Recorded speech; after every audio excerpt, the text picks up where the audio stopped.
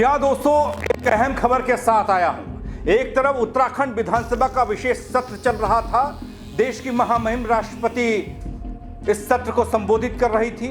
उधर अखबार की सुर्खियां सत्र को लेकर पोल खोल रही थी कि कैसे देश में अपने उत्तराखंड विधानसभा सत्र की कंजूसी पर सवाल उठने लगे। बताऊंगा आपको पूरी खबर। आप देख रहे हैं उत्तराखंड न्यूज, आपके साथ मैं हूं पंकज रौतेला। दोस्तों, वैसे तो अपने उत्तराखंड से कई खबरें आती हैं ऐसी कि जहां विधानसभा सत्र कम हो गया, कम चला, कम दिन का था, ये काम नहीं हुआ, इसको लेकर कई सवाल हुए हैं, लेकिन इससे कोई फर्क नहीं पड़ा कभी। लेकिन जो खबर अब मैं लेकर आया हूं वाकई में हैरान करने वाली है। खबर तब निकल कर आई है जब देश की राष्ट्रपति उत्तराखंड के दौरे पर रजत जयंती के मौके पर विधानसभा के विशेष सत्र में मौजूद थी, उसे संबोधित कर रही थी। दोस्तों, खबर बेहद अहम है, इसलिए संवेदनशील है। आप सीधे इस खबर से जुड़े हुए हैं तो वीडियो के साथ भी जुड़े रहिएगा मेरे साथ, खबर के साथ। हमारे नेताओं की कारगुजारी को बयां करने वाली इस वीडियो को आप अंत तक जरूर देखिएगा।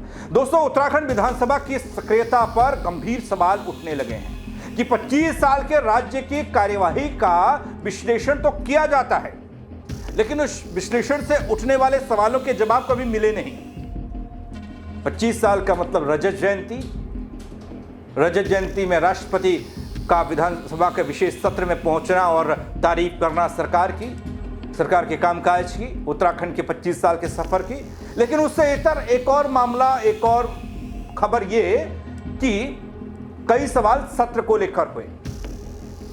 दोस्तों, 9 नवंबर 2000 ये तारीख उत्तराखंड के लिए ऐतिहासिक है।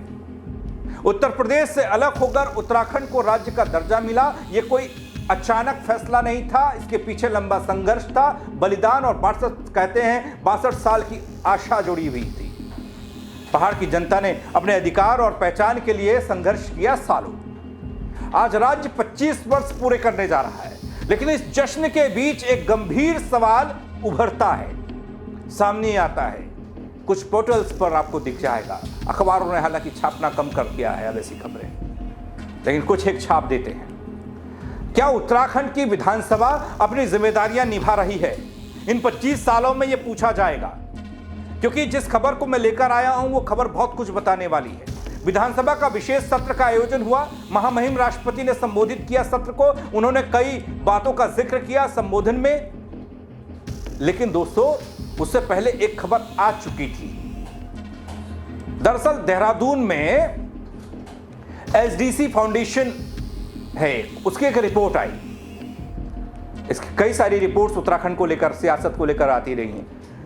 इस रिपोर्ट ने पोल खोली। जो मैं आपको रिपोर्ट के अनुसार बताने जा रहा हूं उस पर गौर करिएगा। दोस्तों, देश में उत्तराखंड विधानसभा सबसे कम चलने वाली विधानसभा बन चुकी है।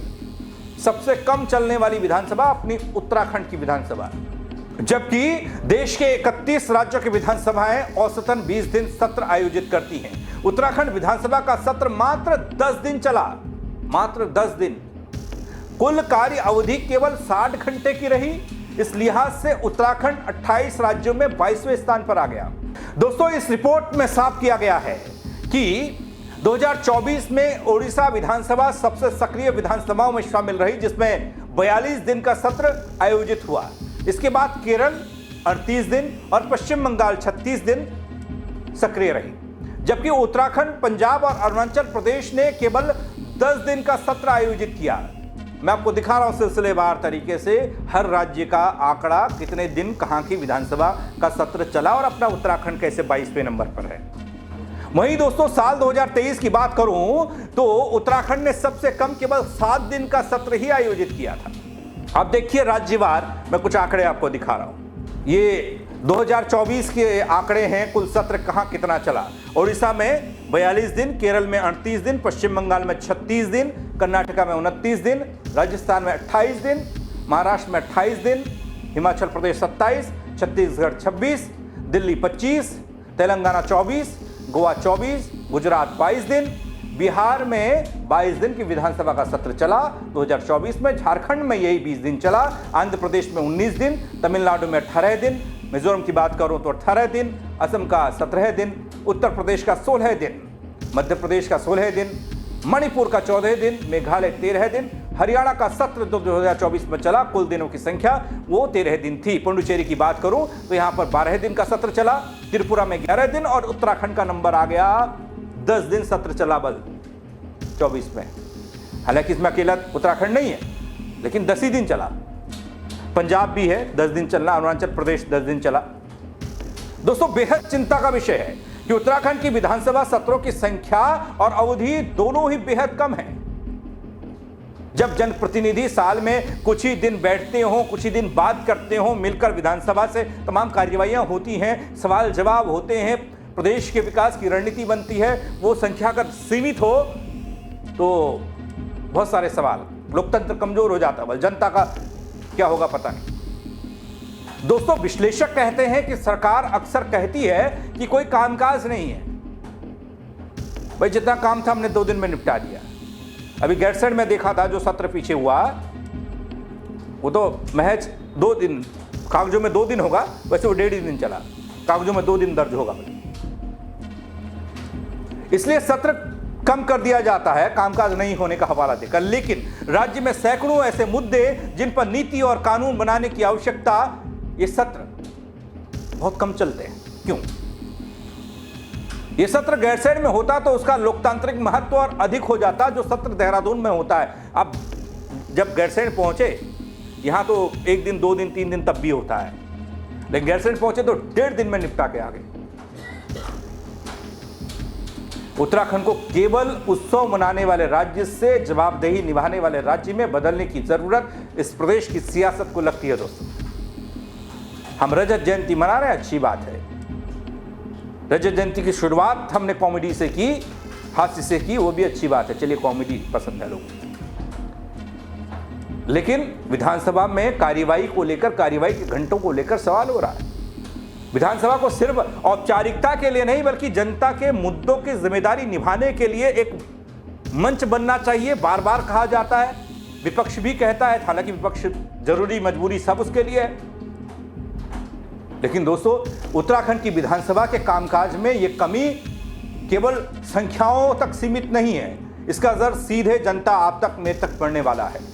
जब विधानसभा सत्र कम चलता है तो कई महत्वपूर्ण नीतिगत विकास वाले फैसले लेने में देरी हो जाती है या कुछ अधूरे रह जाते हैं। जनता के मुद्दे संसद या विधानसभा तक सही समय पर नहीं पहुंचते।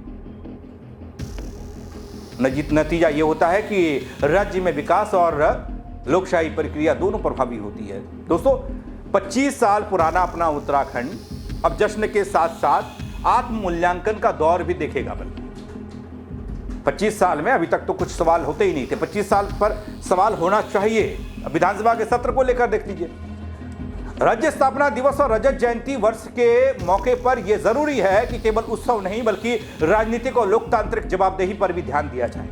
उत्तराखंड की विधानसभा को अपनी सत्र अवधि बढ़ाकर नीतिगत फैसले समय पर लेकर और जनता के मुद्दों को प्राथमिकता देनी चाहिए। दोस्तों, राज्य को केवल पर्वतीय सौंदर्य या पर्यटन की नजर से नहीं देखना चाहिए, बल्कि लोकतांत्रिक ताकत और जिम्मेदारी के रूप में आगे ले जाना चाहिए। वरना रटा 2-3 चीजें रह जाएंगी, खूबसूरत अतुल्य उत्तराखंड, खूबसूरत उत्तराखंड, पर्यटन, धार्मिक नगरी। विधानसभा 10 दिन चल रही है, वो 10 दिन में भी एक आधा दिन चलेगी तो 1 दिन गिना जाता। दोस्तों, उत्तराखंड के नागरिकों और नेताओं के लिए, उत्तराखंड के पहाड़ियों के लिए यह समय है कि वो उत्सव के साथ साथ गंभीर सवाल भी पूछे। क्या हमारी विधानसभा वास्तव में हमारे लोकतंत्र की मजबूत नींव बना रही है, उत्तराखंड के लोकतंत्र की मजबूत नींव, या फिर औपचारिकता निभा रही है? तो दोस्तों, उत्तराखंड के 25 साल की यात्रा सिर्फ उत्सव और जश्न की तक सीमित नहीं रहनी चाहिए। मेरा कहने का मतलब यह है, जैसे जैसे हम रजत जयंती मना रहे हैं ना, आगे बढ़ रहे हैं एक दिन, ये सवाल भी सामने आ रहे हैं कि हमारी विधानसभा कितनी सक्रिय रही, जनता के मुद्दों पर कितनी जवाबदेही हुई। ये वक्त सिर्फ औपचारिकता नहीं, बल्कि कामकाज और लोकतंत्र की मजबूती पर ध्यान दिया जाने का है। उत्तराखंड यहीं से चलता है और विधानसभा से। आप क्या कहेंगे इस खबर को लेकर? आप कमेंट के जरिए जरूर बताइएगा। दोस्तों, मेरे साथ जुड़ने के लिए आप सबका बहुत शुक्रिया। जय उत्तराखंड।